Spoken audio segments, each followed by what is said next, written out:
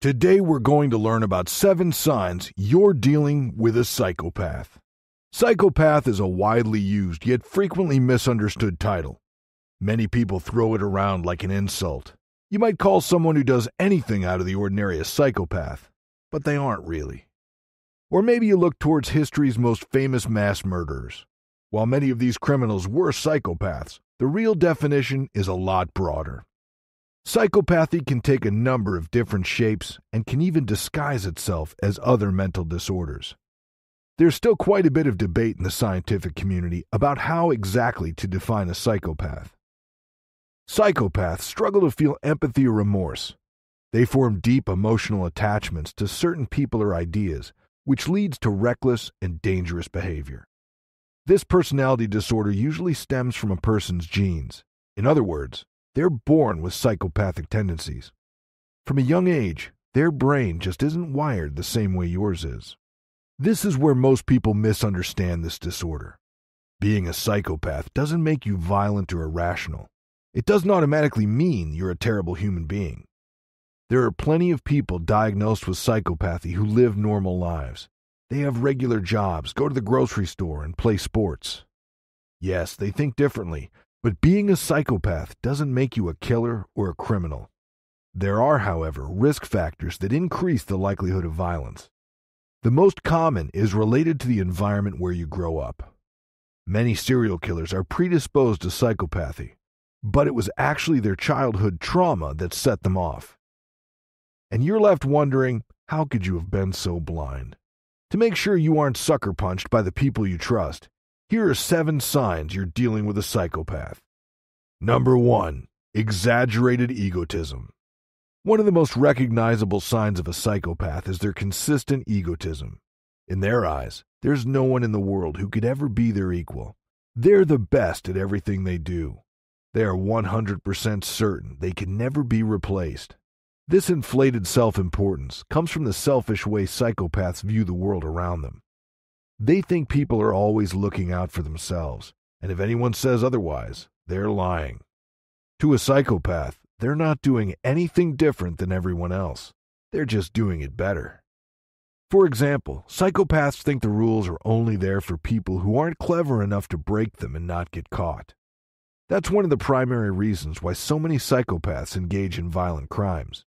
When they want something, no one else's opinions or rules could possibly outweigh their own. This is often how psychopaths avoid taking responsibility for their actions. If you were supposedly asking for it, they don't think it's their fault. If they go behind your back, they'd blame you for trusting them. Egotism and a lack of responsibility is a dangerous combination, so don't let these 2 psychopathic traits go unnoticed. Number 2. Behavioral chaos. Psychopaths are rarely in control of their own behavior. They endanger themselves and the people around them by following impulse desires and instincts. If you're used to the stereotypical psychopath, this might sound a little backwards to you. The media's version is diligent and calculated. They plan out their crimes to the smallest detail, making sure nothing ever goes wrong. Part of that is true. Psychopaths are exceptionally rational, but they have a hard time controlling their behavior. They're prone to fits of anger and can suddenly become violent. One little insult might shatter their ego, which sets off their explosive temper. When they're angry, psychopaths stop thinking about what they're doing and just do. Have you ever noticed you're extra careful around someone you know? If you have, ask yourself whether or not they're really in control of their behavior. Number 3. Insincerity. Most of the things we say have meaning on multiple levels. Let's say you're leaving work and a coworker shouts, "Great job today." On the surface, it's an encouraging comment, but how often do you take things at face value? You look for subtext. You analyze the way someone phrases their sentence or emphasizes different syllables. You pay attention to the feelings behind the words, not just the words themselves. Many psychopaths struggle to put genuine emotion into what they say. Their sentiments are hollow and fabricated. Their emotions might seem fake, because they usually are. This doesn't mean psychopaths can't feel. They're definitely capable of emotion. The problem is relating those emotions to the people around them. Imagine a psychopath says something sympathetic like, There's plenty of fish in the sea.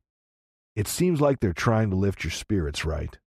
In reality, a psychopath would only say something like this if they have something to gain from you. They're imitating sympathy to motivate you to give them what they want. Even if their words sound the same, the emotional connection isn't there. So, where does this come from? A group of researchers found that people diagnosed with psychopathy also miss out on metaphors and abstract ideas. If there's a deeper emotional meaning behind something, it'll probably fly right over their heads. It's not because they're stupid. In fact, many psychopaths are incredibly intelligent. They simply specialize in logic and reason.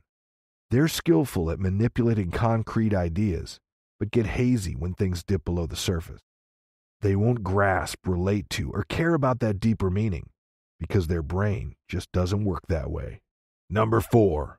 Parasitic lifestyle. Psychopaths have no problem mooching off the people around them. Like lice or tapeworms, psychopaths often live a parasitic lifestyle. They'll latch onto you and never let go. They'll casually steal your money and use your property without feeling the slightest bit bad about it. They do this because psychopaths don't respect anyone but themselves. To them, their time and energy are significantly more valuable than yours. They don't mind wasting your resources as long as it saves them some trouble. If you're in a parasitic situation, don't expect a psychopath to leave willingly. You have to take the initiative and cut them out of your life. Otherwise, they'll bleed you dry. Number 5. Disgust threshold. Have you ever wondered how those famous psychopaths could stomach their crimes? Most people can't even look at pictures of them. You might be repulsed by the smell of blood, or maybe you feel like throwing up when you watch someone else get hurt.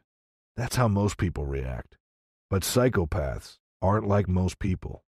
On average, their threshold for disgust is significantly higher. In other words, gruesome images and foul smells don't really freak them out. Something horrifying or heartbreaking for you might not affect a psychopath at all. Psychologists attribute this tolerance to their lack of emotional investment in others. If someone genuinely doesn't care what happens to other people, they might not be as sensitive to the sights and sounds of suffering. Number 6. Facial attention. If you think someone has psychopathic tendencies, pay attention to the way they look at you. Say you're tearing up about something terrible they said. As you tell them how you're feeling, watch their eyes. Are they looking right back into yours, or are they more interested in staring at your mouth? A study from 2015 found that psychopaths focus on different areas of emotional faces. When someone is being vulnerable, most people automatically make eye contact. But someone with psychopathy would spend more time looking at their mouth. Why? Your mouth gives as much or more information, but lacks the same personal intimacy. Psychopaths will subtly disconnect by recognizing your expressions without the emotional bond of actual eye contact. Number 7. Missing distress. Further research into facial attention revealed another interesting weakness about most psychopaths. They're decent at detecting everything from happiness to anger, but there's one emotion that psychopaths rarely notice: distress. Psychopaths can't tell when someone is really upset or just faking it. They're significantly less likely to notice if someone is experiencing emotional distress rather than physical. Since they can't process distressed expressions, psychopaths rarely do anything to help. But even if they could tell the difference, researchers came up with another explanation. The same study showed that psychopaths don't really care if someone is actually distressed. In most cases, the psychopath wouldn't help them either way. So if someone you know ignores you whenever you're upset, either they can't tell or they just don't care. If you found value in today's video, make sure to hit that like button and share your thoughts in the comments below. Don't forget to subscribe for more tips about attraction, masculinity, and personal development.